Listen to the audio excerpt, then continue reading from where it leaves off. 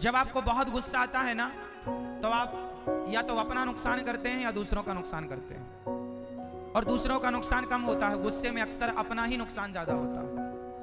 आप गुस्से में कुछ बोल देंगे किसी को, तो बोल के तो गुस्सा 4 मिनट बाद ठंडा हो जाएगा 2 मिनट में, लेकिन रिश्ते बिगड़ जाएंगे सदा के लिए। इसलिए 2 मिनट का गुस्सा कंट्रोल करना चाहिए। कैसे कंट्रोल करेंगे आप कहो तो मैं आज उपाय बता दूं आपको।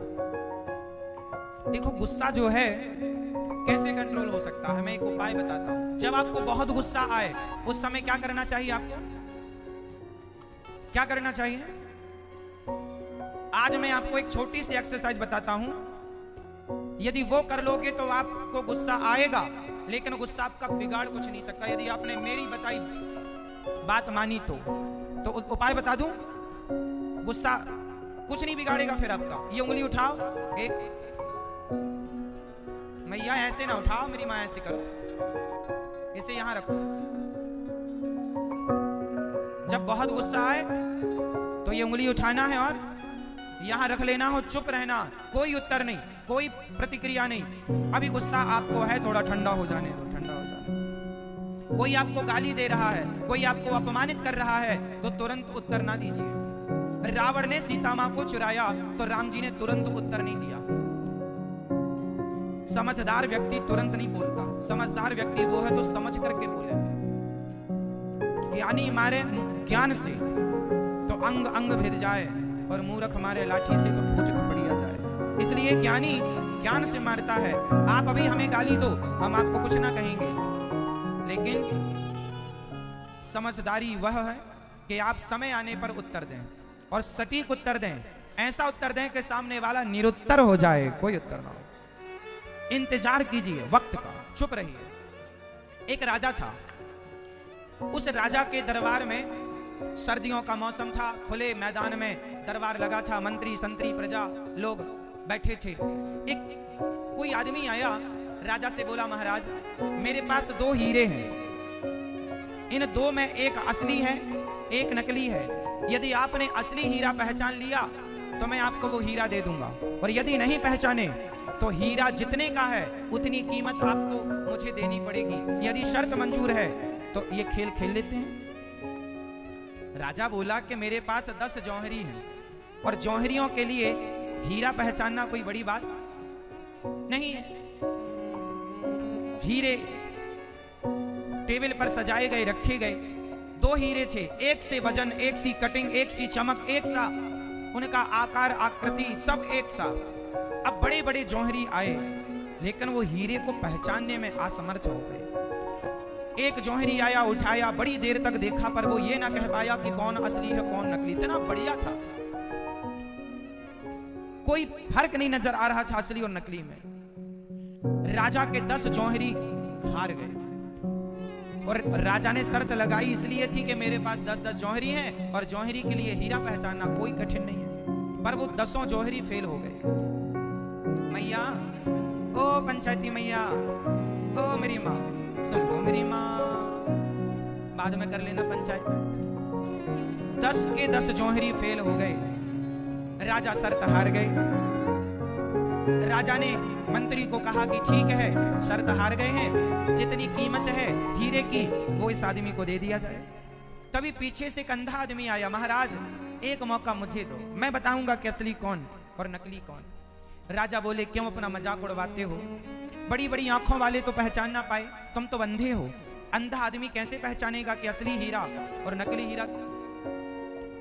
अब अंधा बोला, महाराज सूरदास जी ने कहा, एक मौका तो दो, क्या बिगड़ जाएगा आपका?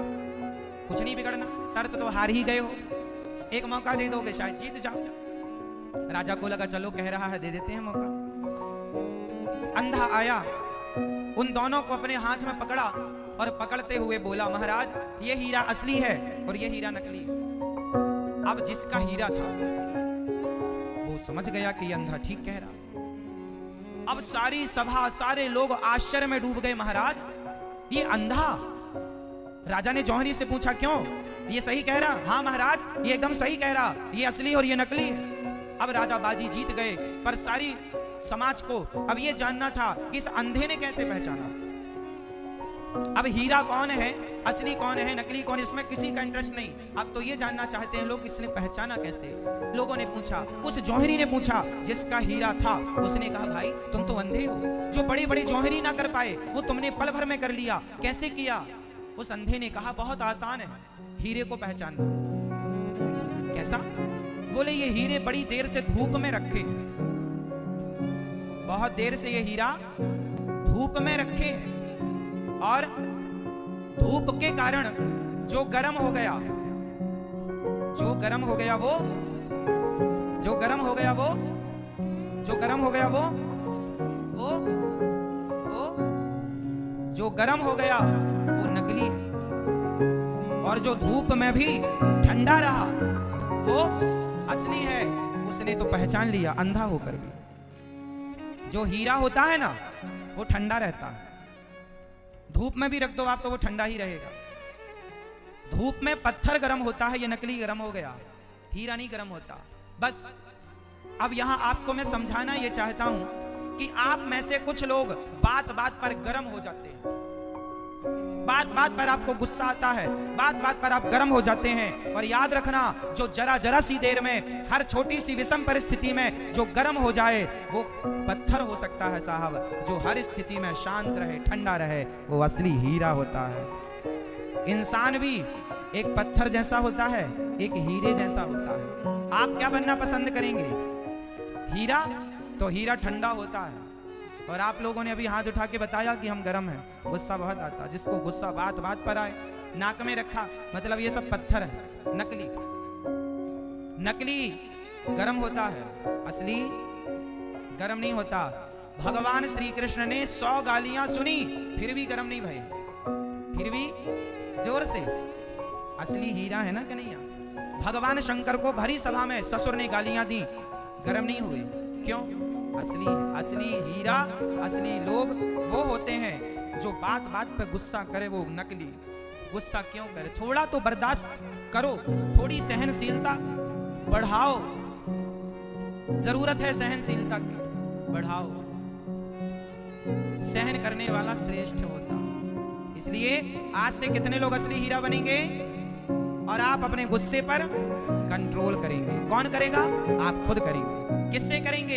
अपने विवेक से करेंगे। आप ऐसे ड्राइवर हैं जिस ड्राइवर के पास एक्सीलेटर और ब्रेक दोनों हो। चाहे तो आप गुस्सा करो, चाहे तो आप कंट्रोल करो, मर्जी आपकी।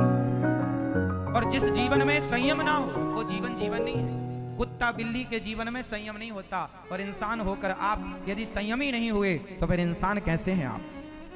जानवरों जैसी हरकत है फिर तो। संयमी बनो। देखना इंद्रियों के ना घोड़े बढ़े, इनमें संयम के हरदम ये कोड़े पड़े। अपने रथ को सुमार्ग लगाते चलो, मन से गोविंद गोपाल गाते चलो।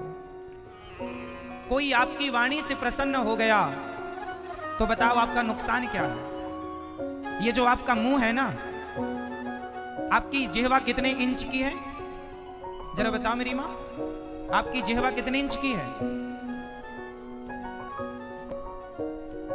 ना? लगभग 3 इंच की ये जिह्वा। ये जब आग लगाती है ना तो बुझाई नहीं बुझती। इसलिए शब्दों में बड़ी जान होती है। शब्दों में, जोर से, शब्दों में बड़ी जान होती है। इन्हीं से आरती, अरदास और अजान होती है।